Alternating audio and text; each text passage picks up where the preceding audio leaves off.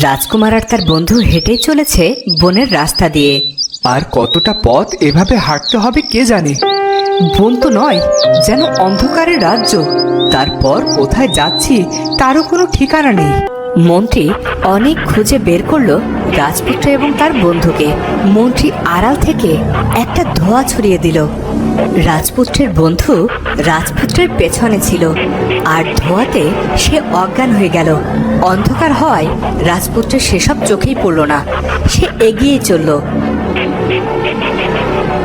একবার যখন সুযোগ পেয়েছি সেটা আর কিছুতেই হাতছাড়া করব না। এই বিষ মাখানো তীর একবার রাজপুত্রের শরীরে প্রবেশ করলেই ব্যাস।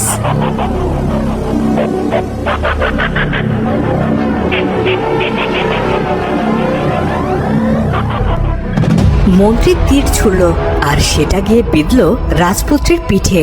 আর এটা দেখে মন্ত্রী খুশি হয়ে রাজ্যের দিকে রওনা দিল। পথের কাঁটা দূর হয়েছে, আজ থেকে সব আমার এতদিনের পরিকল্পনা সফল হয়েছে।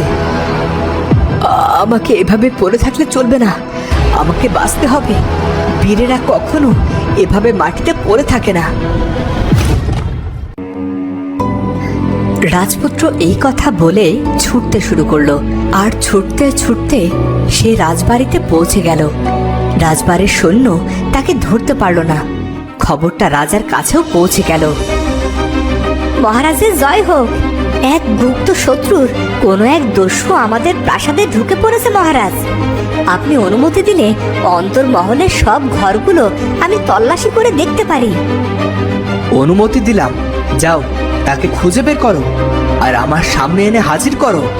দস্যুর এত সাহস আমার প্রাসাদে প্রবেশ করে। রাজপুত্র আহত অবস্থায় ঢুকে পড়ল সেই টেকো রাজকন্যার ঘরে। রাজকন্যা তখন নিজের ঘরে বসেছিল।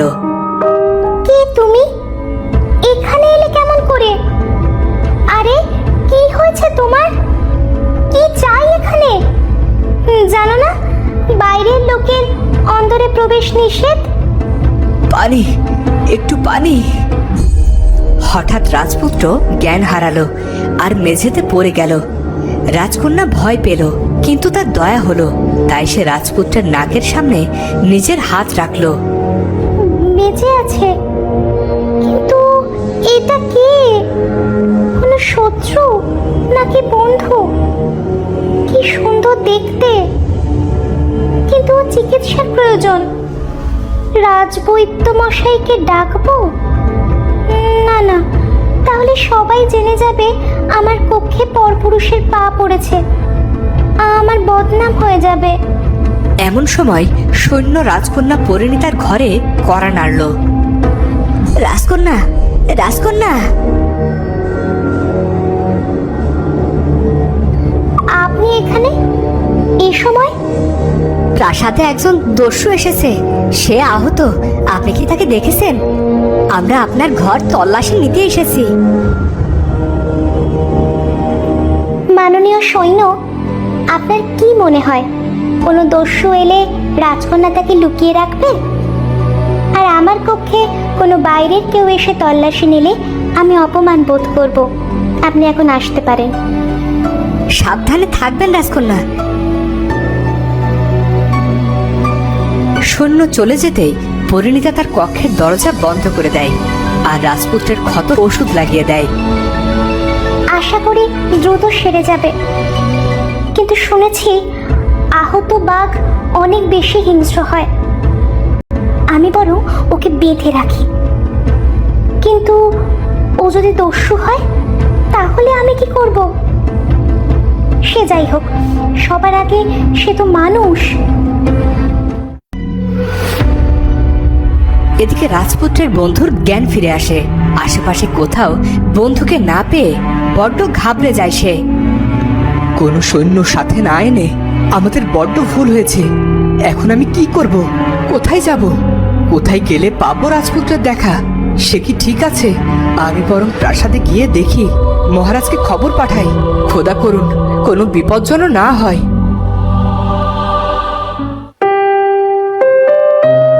এদিকে রাজপুত্রের জ্ঞান ফিরলেই রাজকন্যা তাকে কথা বলার সুযোগ না দিয়ে ফুলদানি দিয়ে তার মাথায় আবারও আঘাত করে এবং আবারও সে অজ্ঞান হয়ে যায়।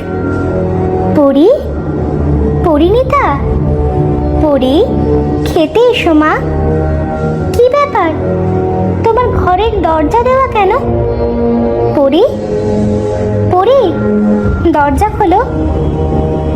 হায় হায়, মা এসে গেছে। কি হবে এবার? যা হবার হবে। মা, আমি একটু পরেই আসছি, আমার এখন ভালো লাগছে না। পরীর হঠাৎ কি হলো? ও তো এমন করে না কখনো। আমি এখন কি করব? কোথায় লুকিয়ে রাখবো এই দস্যুকে?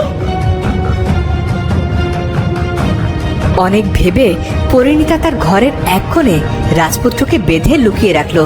তখন আবার বাইরে থেকে পরিণীতাকে ছোট রানী ডাকতে শুরু করলো। পরিমা, পরিমা, ও পরিমা, দরজা খোলো মা। পরি, এই রে, ছোট মা আবার এই সময় এখানে কেন? যাই, আমি আগে বাইরে গিয়ে দেখি। এনার তো গভীর ক্ষত, ওষুধ পড়েছে, এখন হয়তো উনি ঘুমাবেন, তবে সাবধানের মান নেই। পরি, ছোট মা, প্রাসাদে সবাই ঠিক আছে তো? সৈন্য এসে জানালো কোনো এক দস্যু এখানে এসেছে। আমি ভয়ে দরজা আটকে বসে আছি, দরজা খুলতে সাহস পাচ্ছিলাম না। তোমাকে আগে কখনো এমন দেখিনি তো। ভয় পেও না পরিণীতা, চলো আমার সাথে। আমার বড্ড ঘুম পাচ্ছে ছোট মা, আমি একটু ঘুমিয়ে নি। কি হয়েছে তোমার? শরীর খারাপ লাগছে? রাজবৈদ্যকে খবর পাঠাবো? না ছোট মা, তেমন কিছু না, আমি এবার ঘুমোতে যাই। ঘুমানোর জন্য কক্ষের ভেতরে এসে দেখলো রাজপুত্রের জ্ঞান ফিরেছে। তখন পরিণীতা ফুলদানি হাতে নিয়ে তার সামনে দাঁড়ালো। আমার বড্ড রাগ হচ্ছে।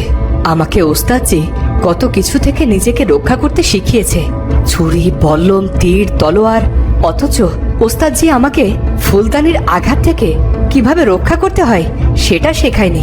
তবে আঘাতটা ফুলের হলে ভালো হতো না? তুমি কি সত্যিই দস্যু? তোমার মতো ছোটখাটো দস্যুর জন্য আমার ফুলদানি যথেষ্ট। তবে দরকার পড়লে তরোয়াল চালিয়েও আমি নিজেকে রক্ষা করতে পারি। তার মানে মায়াবী কন্যা অস্ত্রবিদ্যাও জানে? পরিণীতা এর আগে কখনো এমন যুবকের সাথে কথা বলেনি। তার কথাগুলো কেমন যেন ছিল, যা পরিণীতাকে আকৃষ্ট করতে শুরু করলো। আর রাজপুত্র পরিণীতার চোখের এতটাই মায়ায় পড়লো যে রাজকন্যার মাথার চুল নেই সেটা তার চোখেও পড়লো না। তুমি বড্ড বেশি কথা বলো। আমাকে বারবার কেন অজ্ঞান করতে চাচ্ছেন আপনি, সেটা কি জানতে পারি? নাকি আমাকে অজ্ঞান করে মায়াবী কন্যা আমাকে দেখার সুযোগ নিত? এইবার কিন্তু সত্যি সত্যি মারবো। এমন চোখে চোখ রেখে মরে যাওয়া স্বস্তির। আমি অচাঁদ স্পর্শী, চাঁদের আলো ছোঁয়ালে আমার বদনাম হবে। আচ্ছা, তুমি আমাকে এখানে বেঁধে কেন রেখেছো? দস্যুকে তাহলে কি করা উচিত ছিল? লোকজন ডেকে আমাকে ধরিয়ে দিতে পারতে। আমি কোনো সাধারণ মেয়ে নই, এ রাজ্যের রাজার একমাত্র কন্যা পরিণীতা। তাই সবার যা মানায় আমাকে তা মানায় না। আপনি আহত ছিলেন, আপনার সাহায্যের প্রয়োজন ছিল, তাই সাহায্য করেছি। আশা করি আপনি এখন অনেকটাই সুস্থ। আপনি এখন যেতে পারেন। ওদিকে একটা দরজা আছে, ওখানে পাহারা নেই। রাজকন্যার মহানুভবতা, আপনার এই ঋণ আমি কোনোদিনও ভুলতে পারবো না। যদি আবারও কখনো আপনার সাথে আমার দেখা হয় তাহলে আপনার এই ঋণ শোধ করার চেষ্টা করব আমি। তখন পরিণীতা রাজপুত্রকে মুক্ত করে দেয় আর রাজপুত্র তার রাজ্যের দিকে রওনা হয়।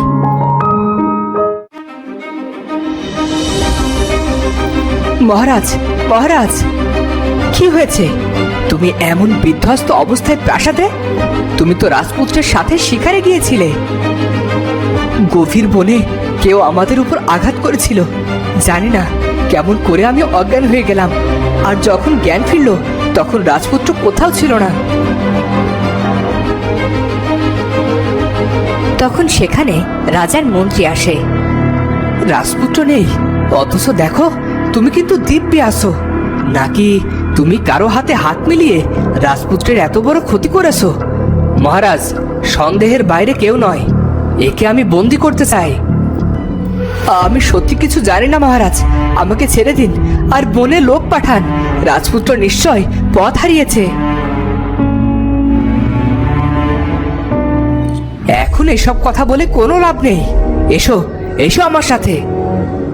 মহারাজ, বনে লোক পাঠান, রাজপুত্র বিপদে আছে, আমার কথা শুনুন।